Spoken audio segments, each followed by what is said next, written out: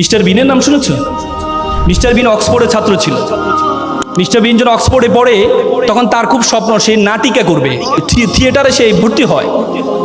থিয়েটারে ভর্তি হওয়ার পর থিয়েটার তাকে একটা ডায়লগ দেয়, সে ডায়লগটা বলতে পারে না। তো তারা বলে তুমি যদি ডায়লগ না বলতে পারো তাহলে তুমি কি নাটক করবা? তাকে বের করে দেয়। মিস্টার বিন চিন্তা করলো আমি ডায়লগ বলতে পারি না, কিন্তু আমি এমন একটা নাটক আবিষ্কার করব যে নাটকে কোনো ডায়লগ দিতে হবে না।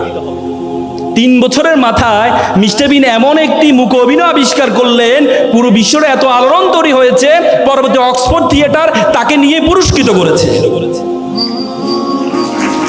এরপর তুমি বলো তোমাকে অনর্থক সৃষ্টি করেছে আল্লাহ? আল্লাহ তোমাকে অনর্থক সৃষ্টি করেছে? আল্লাহ তোমাকে অনর্থক সৃষ্টি করেনি।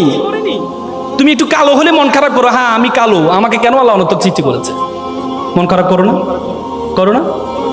একটা ছেলে প্লে বয়, খুব সুন্দর, সব সময় মেয়েরা তার পিছনে ঘুরে। তো পড়াশোনা তো আর করে নাই, সবসময় প্লে বয় ছিল, পড়াশোনা তো আর করে নাই। তো চিন্তা করলো এবার তো বয়স তো পার হয়ে যাচ্ছে, বিয়ে তো করা দরকার। বিয়ে করতে হলেও তো বউ চালাইতে হবে, বউ চালাতো সামর্থ্য তার নাই। সে চিন্তা করলো এমন একটা মেয়ে বিয়ে করতে হবে যে মেয়ের কি, যে মেয়ে চাকরি করে। তো পরে বন্ধুকে বলে বন্ধু চলো একটা মেয়ে দেখতে যাবো।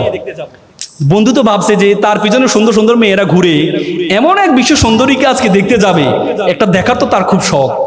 বন্ধু যাওয়ার পর দেখে যে মেয়েটা কালো। বন্ধু মেয়ে তো কালো।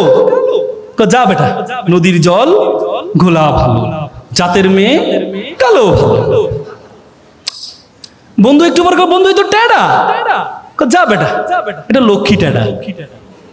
মানে তার যতগুলো উইকনেস আছে, প্রত্যেকটা উইকনেস ইউনিকনেসে পরিণত হয়েছে শুধুমাত্র তার যোগ্যতার কারণে, শুধুমাত্র তার যোগ্যতার কারণে।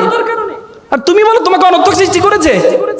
তুমি মনে করো সুন্দরের সুন্দর আল্লাহ মিলিয়ে দেন না, আল্লাহ যোগ্যতা সুন্দর দুইটাই মিলা নাকি? কোরআনে বলছে আত-তাইয়্যিবাতুল লিত-তাইয়্যিবাল খাবিসাতুল লিল-খাবিসা।